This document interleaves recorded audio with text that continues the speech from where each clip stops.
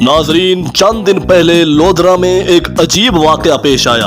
हुआ कुछ यूं कि लोधरा में शादी की एक तकरीब थी, लेकिन दूल्हा पार्टी दुल्हन लेने ही न आए। आखिर इस बात के पीछे असल कहानी क्या थी? नाजरीन, दुल्हन वालों की तरफ से शिकायत की गई कि हम पूरी तरह से दुल्हन तैयार करके बैठे थे और बारात का इंतजार करते रहे, लेकिन दूल्हा वाले दुल्हन लेने ही न आए और इस तरह हमारे पूरे मोहल्ले और रिश्तेदारों में बेइज्जती हुई। इन दुल्हन वालों ने दूल्हा वालों पर एक खास इल्जाम लगाया और वो इल्जाम ये था कि लड़के ने हमारे से जहेज में मोटरसाइकिल 125 का मुतालबा किया था, लेकिन हम वो मोटरसाइकिल जहेज में शामिल न कर सके और इस बात पर लड़के वाले गुस्सा कर गए और ऐन मौका पर दुल्हन लेने ही न आए। दोस्तों, क्या आप जानते हैं कि जब कभी ऐसा वाकया होता है तो ठीक है, ये बात भी मानने वाली है कि लड़की के खानदान की इंसल्ट होती है, उसके खानदान की रिश्तेदारों और अहले इलाका में तौहीन होती है, लेकिन एक लड़की के दिल पर क्या गुजरती है जब एक लड़की हजारों ख्वाब सजाए और खुद को भी सजाए, अपने लाइफ पार्टनर, अपने ख्वाबों के शहजादे का दुल्हन बनकर इंतजार कर रही होती है और वो शहजादा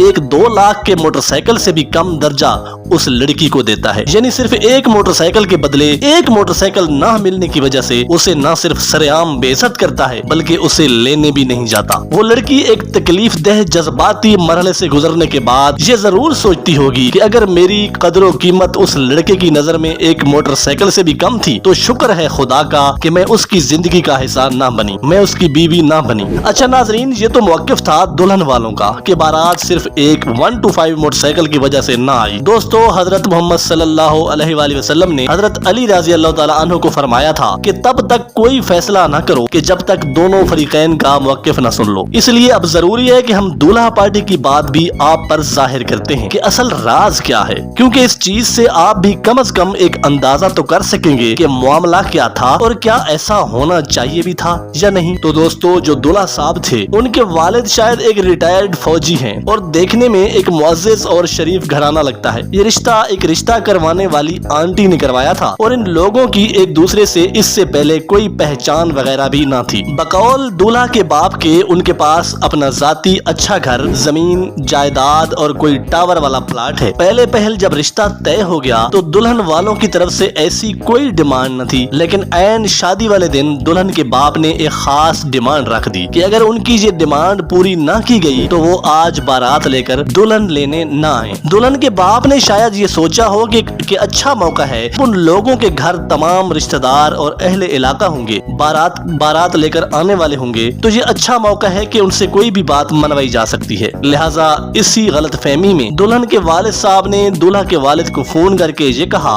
कि आज ही के दिन लड़की ले जाने से पहले 10 तोले सोना, 10 मरले का प्लॉट और 5,000 रुपए लड़की का माहाना खर्चा लिख कर दें। अगर इनमें से एक भी शर्त आपको मंजूर नहीं है तो बारात लेकर बिल्कुल भी ना आए। ये लड़का दूल्हा, जिसका नाम एहतशाम है, ये एक शरीफ लड़का है जिसने मीडिया को बताया कि सर हमने कोई मोटरसाइकिल की डिमांड नहीं की है, हमारे पास अल्लाह का दिया सब कुछ है। वो लालची लोग हैं, इसलिए उन्होंने ऐन मौका पर ऐसी डिमांड कर दी है। नाजरीन, इस बात की गवाही यानी दूल्हा वालों की गवाही मस्जिद इमाम और रिश्ता करवाने वाली आंटी ने भी दी है। उन्होंने ये कहा कि बारात वाले दिन हम सब ने बारी बारी काल की, मिन्नत समाजत की, लेकिन वो लोग कुछ भी मानने को तैयार न थे, सवाए इसके कि उनकी शराइत पूरी की जाए जो उन्होंने रिश्ता तय होने के वक्त नहीं रखी थी। जब रिश्ता तय करवाने वाली माही से पूछा गया कि मामला क्या है तो उसने भी यही बताया कि उन्होंने पहले ऐसी कोई डिमांड न रखी थी, बल्कि खुद ही कह रहे थे कि हम दूल्हे मियाँ को मोटरसाइकिल वगैरह या फलां चीज देंगे। दूल्हे ने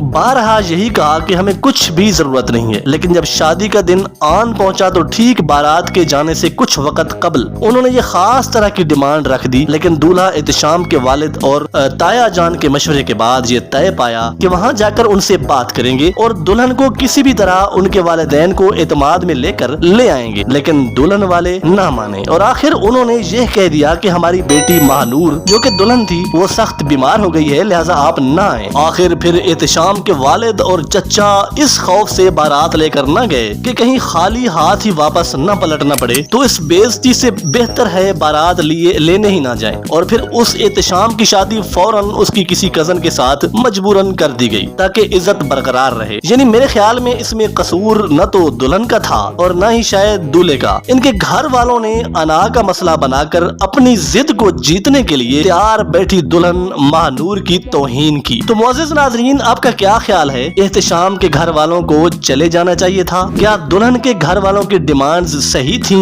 या फिर दूल्हा के घर वालों को इनकी शराइत को मान लेना चाहिए था? लेकिन हकीकत तो ये है कि जिस घर की बात होती है वही उसको खूब जानता है। हम तो बस इतना जानते हैं कि एक मासूम लड़की की तौहीन हुई है इसी तरह की बातों और शराइत से। हाँ, अगर कोई शराइत किसी भी तरह से होती है तो वो शादी से कबल जब रिश्ता तय होता है तब ही कर लेनी चाहिए, ताकि बाद में आपकी अना और जिद के मुकाबले में आपके बच्चों और बेटियों की तौहीन ना हो। इस दुआ के साथ कि अल्लाह ताला सब बहन बेटियों को इज्जत के रिश्ते और इज्जत से रिश्ते नसीब फरमाए।